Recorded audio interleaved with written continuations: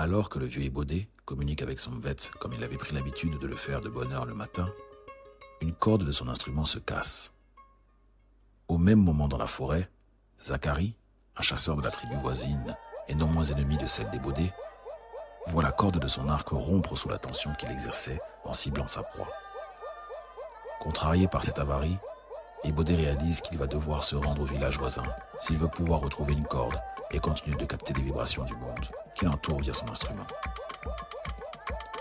Ce périlleux voyage, au-delà des frontières du village, allait l'obliger à traverser la corde solidement tenue par le comité de vigilance de son village et censé éviter toute incursion du voisin sur leur terre.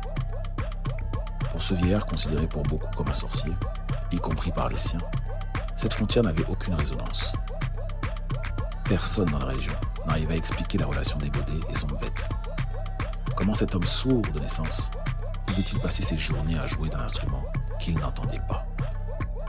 Les villageois le soupçonnaient d'être à l'origine de la malédiction qui faisait que plus personne dans la région n'était capable d'entendre la musique.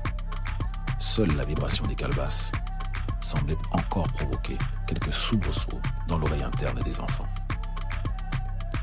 Après une trentaine de minutes de marche pour arriver au cœur du village voisin, Ébaudet se fait prendre à partie par une foule hostile rassemblée autour de lui. Au milieu de cette foule, une jeune enfant se fait involontairement bousculer par un villageois à l'esprit grégaire, en route pour empoigner le vieux Ébaudet. Horrifié par cette démonstration de violence, Ébaudet profite du mouvement de foule pour s'enfuir dans la forêt. Malheureusement, quelques secondes plus tard, la jeune enfant qui gît au sol est déclarée inconsciente.